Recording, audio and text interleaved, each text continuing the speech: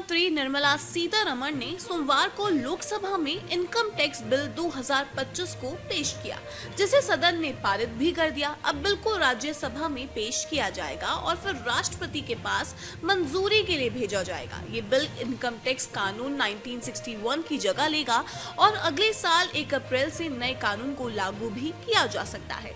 आपको बता दूं कि इस बिल को इस साल फरवरी में सेलेक्ट कमेटी के पास भेजा गया था। सेलेक्ट कमेटी ने बिल में 285 बदलाव करने का सुझाव दिया था, जिसे पूरी तरह से स्वीकार भी कर लिया गया। आपको बता दें कि नए बिल के माध्यम से टैक्स कानून को सरल बनाने की कोशिशें की गई हैं।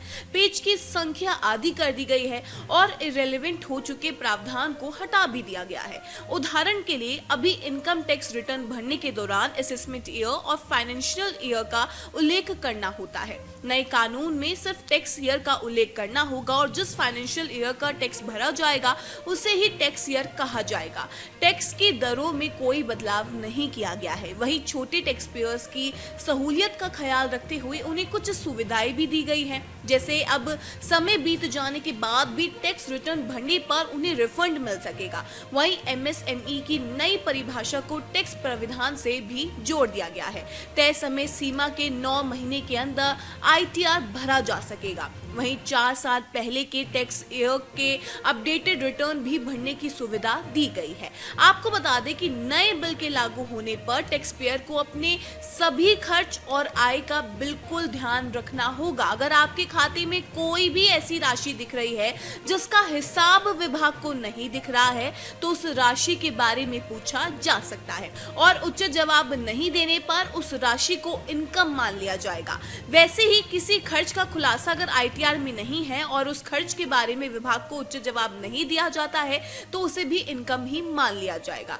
वहीं आपको बता दें कि टैक्स अधिकारियों को नए बिल में बलशाली बनाया गया है। जी हां, टैक्स अधिकारी बुक अकाउंट को जांच के लिए 15 दिनों तक रख सकेंगे। नए बिल के प्राविधान के मुताबिक सर्च के दौरान सभी डिजिटल डॉक्यूमेंट जैसे कि फोन, लैपटॉप, ईमेल या अन्य डिजिटल उपकरण को टैक्स अधिकारी अपने कब्जे में ले सकते हैं।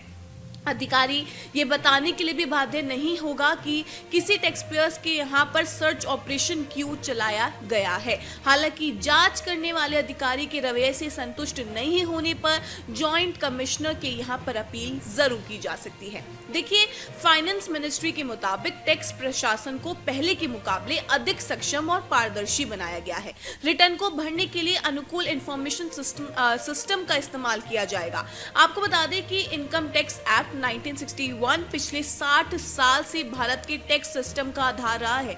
इसे कई बार अपडेट भी किया गया है, लेकिन ये बदलाव इसे जटिल और आम लोगों के लिए समझना बहुत मुश्किल बना देते हैं। हालांकि इनकम टैक्स बिल 2025 इसे एक आसान और आधुनिक सिस्टम से रिप्लेस करना चाहता है। इसमें 536 सेक्शन और 16 शेड्यूल हैं और पुराने प्रीवियस ईयर और असेसमेंट ईयर की जगह एक नया टर्म टैक्स ईयर लाया गया है। ये बिल पुराने और कंफ्यूजिंग नियमों को हटाकर चीजों को क्लियर करता है और झगड़ों को कम करता है। साथ ही central board of direct taxes को आज की डिजिटल इनकम इकोनॉमी के हिसाब से नियम बनाने की ज्यादा पावर दी गई है, ताकि कानून फ्यूचर में भी फिट रहे। रिपोर्ट के मुताबिक पुराना कानून काफी जटिल हो गया था। 60 साल में इसमें 4000 से ज्यादा बदलाव हुए हैं और 5 लाख से ज्यादा शब्द जोड़ गए हैं।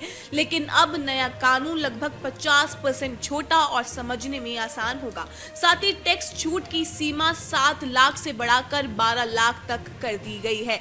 मिडिल क्लास के पास अब ज्यादा पैसा बचेगा, जिससे खपत, बचत और निवेश बढ़ने की उम्मीद है। सरकार का यह दावा है कि नया कानून पारदर्शी, आसान और लोगों के अनुकूल होगा, जिससे टैक्स प्रक्रिया में उलझनें काफी हद तक खत्म हो जाएंगी।